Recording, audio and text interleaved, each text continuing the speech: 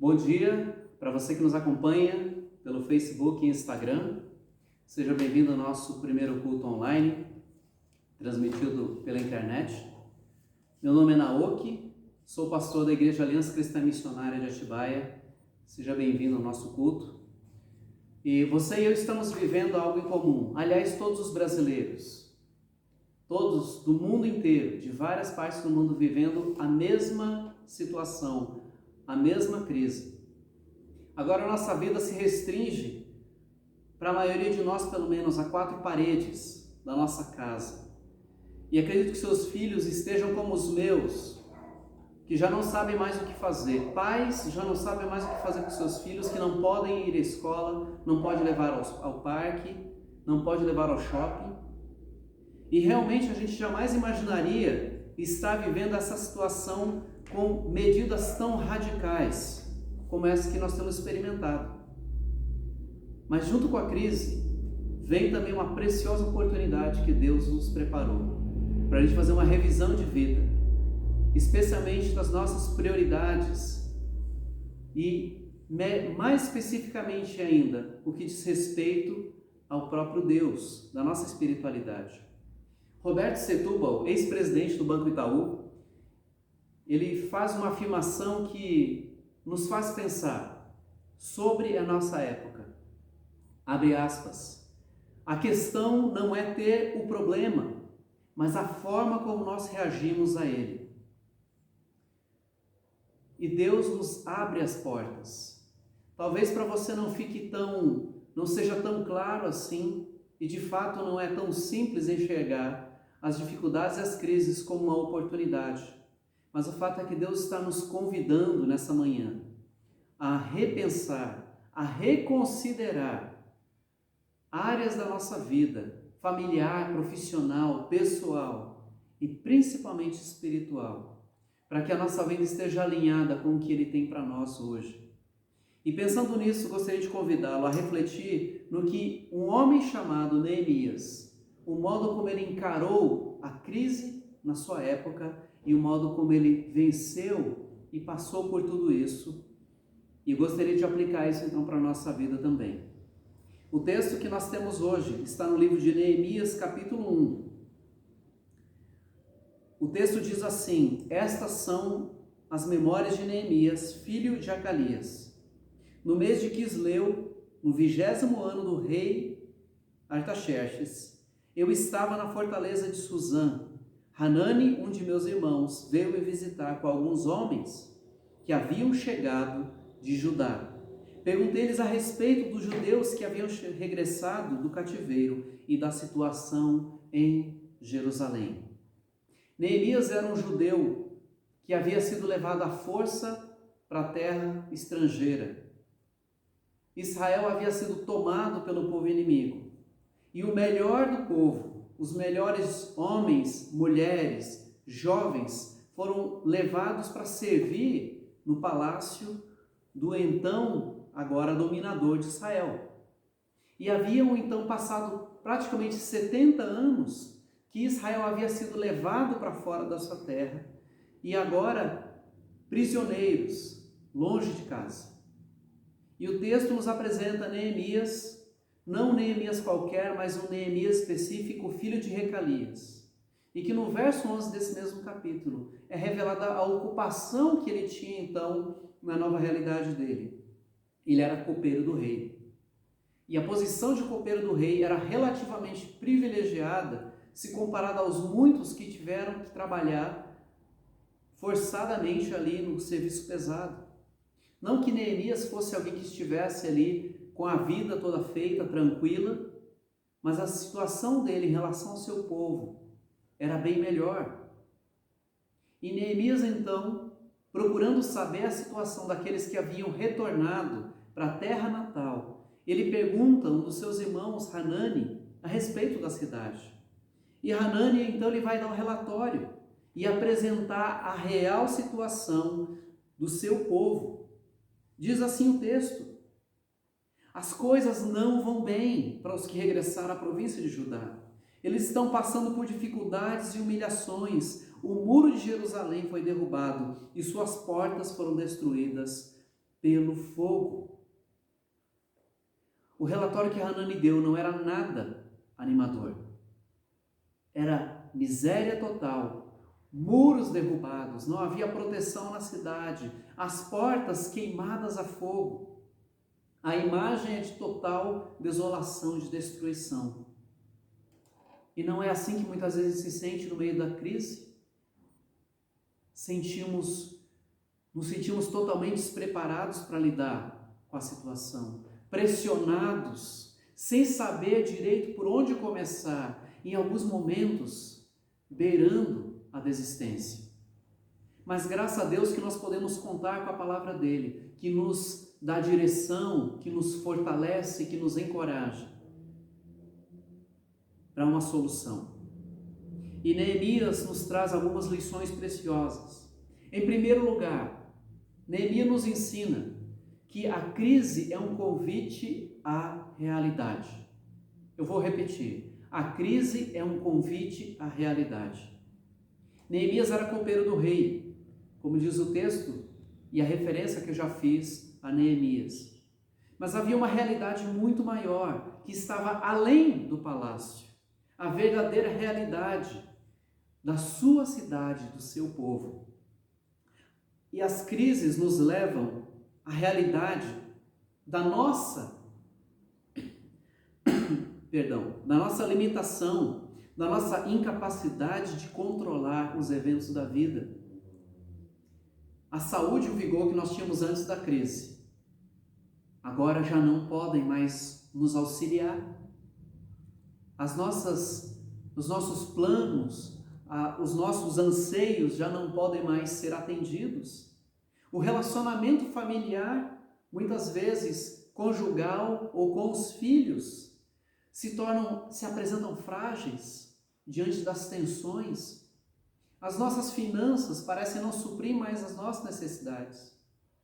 E nessa hora a gente é levado a perceber, por mais que a gente seja uma realidade que a gente não queira aceitar, mas a gente é levado a perceber o quão pequeno e fraco nós somos diante da situação.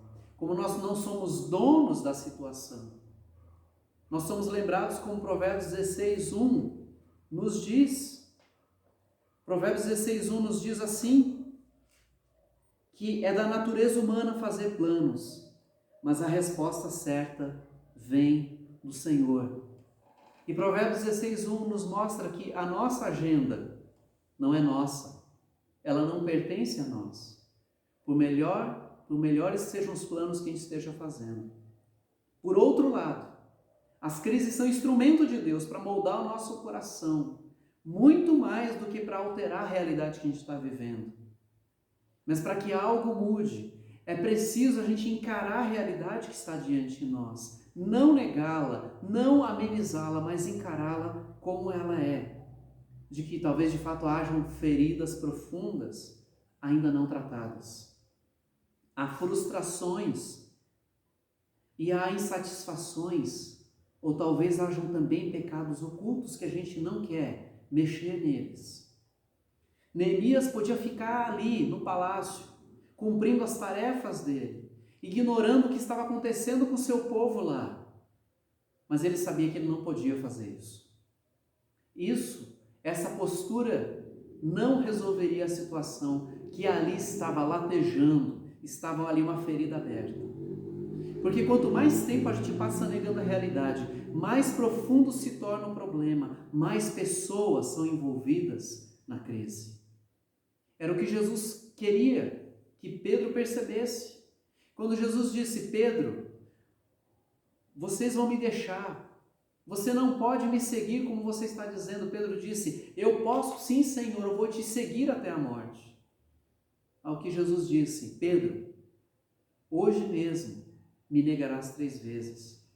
Não era que Jesus estava humilhando Pedro, expondo a Pedro, mas o que Jesus queria era que Pedro percebesse que a vontade dele, a capacidade dele era pequena e que ele precisava mais do que apenas de si mesmo.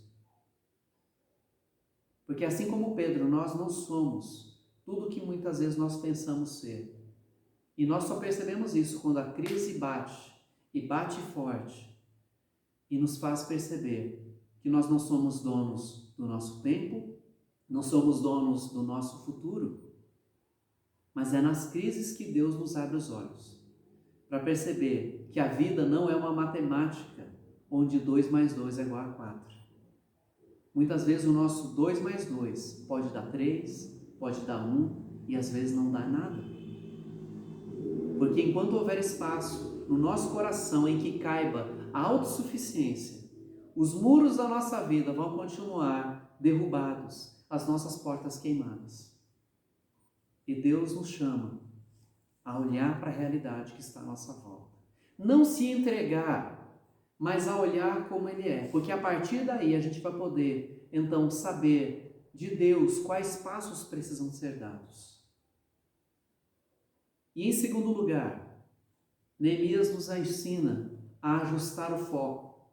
Primeiro nós enxergamos a realidade que está à nossa volta. E depois a gente ajusta o foco e mira o foco na direção que a gente possa encontrar respostas. Neemias não ficou só olhando, não soube apenas da notícia e sentiu pena do seu povo, mas ele fez algo além do que apenas ou ignorar ou sentar e chorar. Neemias, diz o texto, que Neemias chorou sim, porque ele sentiu a dor do seu povo. Ele percebeu quão profunda era a situação de crise do seu povo. Então ele diz assim no versículo 4 de Neemias capítulo 1: quando ouvi isso, sentei-me e chorei. Durante alguns dias lamentei, jejuei e orei ao Deus dos céus. Neemias, quando ele ouviu a notícia, ele sabia que a tarefa era enorme, era maior do que o que ele mesmo poderia fazer. E justamente por perceber a limitação dele, é que ele recorreu a Deus para orar, para buscar direção, para buscar recursos que ele não poderia suprir. E esse comportamento de Neemias revela qual que era a prioridade dele, onde ele estava buscando respostas. Porque ele percebia que ele dependia profundamente do poder de Deus, da graça de Deus, para continuar, para ver as coisas mudando, para ver uma nova realidade, para ter um horizonte mais amplo. Porque ele percebia que se Deus não intervisse na história, nada mudaria. Essa precisa ser a nossa percepção.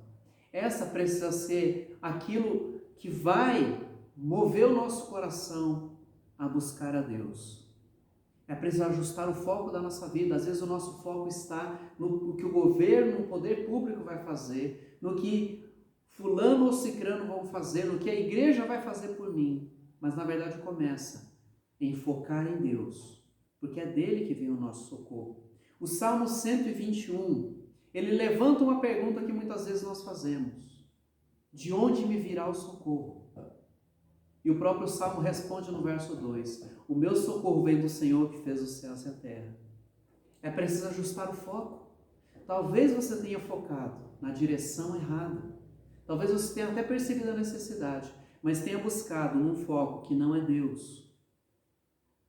Porque enquanto o foco for, eu não tenho, eu não consigo, o problema é grande demais, ou eu quero para já, para agora, nada mudará. Pelo contrário, a crise vai se prolongar, as lutas vão permanecer e mais difícil se torna lidar. Por isso, o início da solução, ele acontece a partir do momento em que nós voltamos o nosso coração para Deus e nos aquietamos na presença dele para ouvi-lo. Foi com esse coração, com essa compreensão que o salmista, o autor do Salmo 46, expressa no verso 10 e diz: parem de lutar, saibam que eu sou Deus. Há um grande desafio em se aquietar na presença de Deus, em poder ouvi-lo. Mas é necessário, porque é uma batalha que Deus quer lutar por nós. É uma batalha que Deus quer nos ensinar a confiar nele. Para Deus resolver as questões da nossa vida, não precisa de muito. com um pensamento ele pode mudar. Mas o que Deus quer nos ensinar no processo que a crise nos traz é de confiar de que Ele tem o controle todo nas suas mãos, o controle da nossa história. Por isso eu gostaria de concluir essa mensagem e te convidar a refletir em alguns pontos da nossa vida. Porque os dias de crise, novamente, são convite de Deus para nós revermos a nossa vida. Porque na correria do dia a dia a gente se envolve com tantas coisas.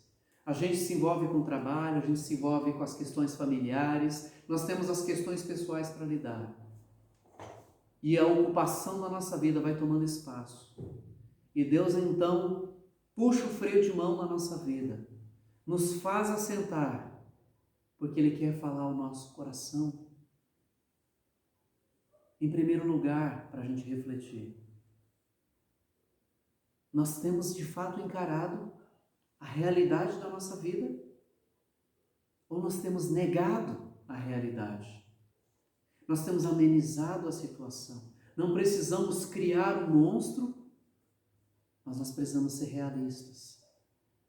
Reconhecer a gravidade da situação, a nossa limitação, a necessidade que a gente tem de que Deus venha ao nosso encontro para nos ajudar a lidar com dias cinzentos. Você está encarando a realidade da vida, da situação do seu casamento, da situação, da relação que você tem com seus filhos? E em segundo lugar, ajuste o foco da sua vida. Para onde você tem olhado na crise? Você tem esperado que A, que B resolvam a sua vida? Ou você tem olhado para Cristo e entendido que é dele que vem o socorro da sua vida? Pare de lutar contra Deus. Pare de lutar contra a vontade de Deus. Renda-se aos cuidados dele. Ouça, confie no que ele tem a te dizer, no que ele já está falando para você e no que ele vai falar nos próximos dias. Confie mais em Deus do que na sua própria razão. Deixe um pouco de lado as opiniões que o mundo oferece. Ouça a Deus. Eu quero te convidar a baixar sua cabeça nessa hora e apresentar diante de Deus o que aflige o seu coração. Gostaria de te convidar a orar, a falar com Deus. Diante de Deus você não precisa pôr uma máscara de que tudo está sob controle, porque de repente não está como você acredita que esteja. Feche os teus olhos, dê nome à sua crise. Talvez seja uma crise conjugal, talvez seja uma crise familiar, uma crise profissional, uma crise financeira que precisa ser entregue no altar de Deus.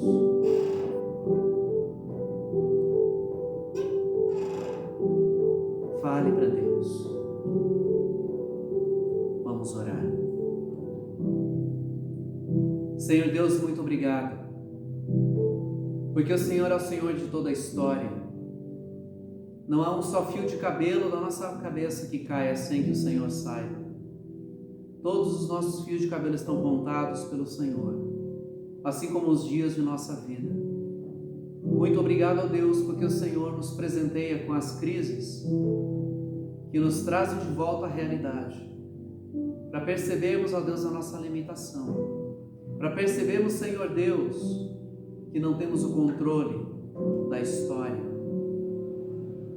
E muito obrigado, porque o Senhor não apenas nos abre os olhos, mas também nos toma pelas mãos e caminha ao nosso lado. Eu te peço, Senhor Deus, que cada pessoa que está aqui participando desse culto, que está ouvindo essa mensagem, possa voltar o coração para o Senhor, possa clamar ao Senhor enquanto é tempo, porque o Senhor nos diz que Se buscarmos o Senhor de todo o nosso coração, nós o encontraremos, porque o Senhor deixará ser achado por aqueles que te buscam de coração. Obrigado, Senhor Deus, porque o mundo não é um caos desgovernado, mas, ó Deus, o mundo está debaixo do cuidado do Senhor. Eu te agradeço e eu oro, em nome de Jesus Cristo. Amém. Amém?